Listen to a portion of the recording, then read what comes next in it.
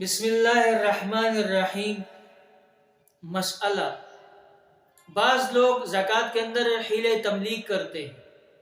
تملیک کا حیلہ اختیار کرتے ہیں۔ یہ مسئلہ اچھی طرح سمجھ لیجئے گا کہ بغیر کسی شدید مجبوری کے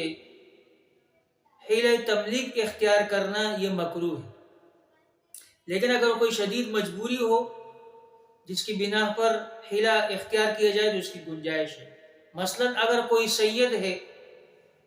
وہ غریب اور محتاج ہے،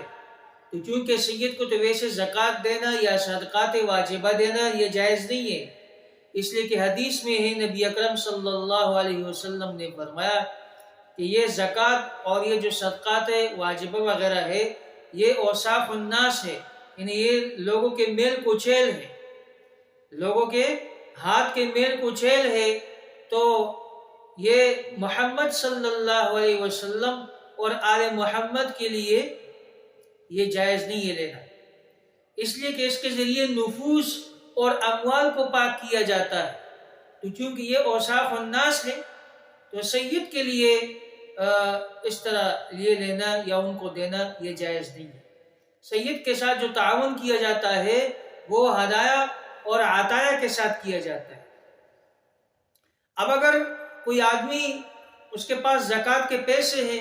کوئی عطایہ وغیرہ نہیں ہے یا ہدایہ نہیں ہے، تو پھر اس صورت کے اندر اگر وہ سید کو زکوٰۃ تو نہیں دے سکتے، لیکن اگر اس کے ساتھ تعاون کرنا چاہ رہا ہے اور پھر اس کے ذریعے سے وہ ایک حیلہ اختیار کر کے اس کو وہ پیسے پہنچانا چاہتا ہے، تو اس کا طریقہ کار یہ ہے کہ وہ کسی غریب مستحق کو، جو واقعتاً مستحق آدمی ہو، وہ پیسے اس کو دے دے اور مالک بنا کر دینا، یعنی مالک بنا کر کا مطلب یہ ہے کہ وہ ان پر قبضہ کر لے، وہ اس کے قبضے میں آ جائے اور وہ اس کا مالک بن جائے، پھر اس کو یہ ترغیب دے کہ بھئی یہ فلاں آدمی ہے، سید ہے، پیور اوریجنل سید ہے، کوئی بناوٹی نہیں۔ آج کل بناوٹی بھی بہت گھومتے پھرتے ہیں، تو اگر کوئی حقیقی معنی میں سید آدمی ہے تو اس طرح وہ غریب آدمی اس کے ساتھ تعاون کرے، تو اگر وہ بخوشی اور رضا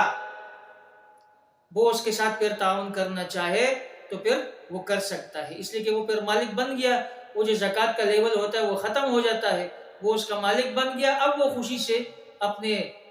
ہدیہ دے کر یا عطایہ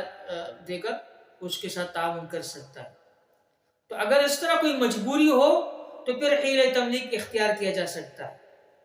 اگر اس طرح کوئی مجبوری نہیں ہے اور بلا کسی ضرورت کے وہ حیلہ تملیک اختیار کیا جا رہا ہے تو پھر یہ مکروہ ہوگا۔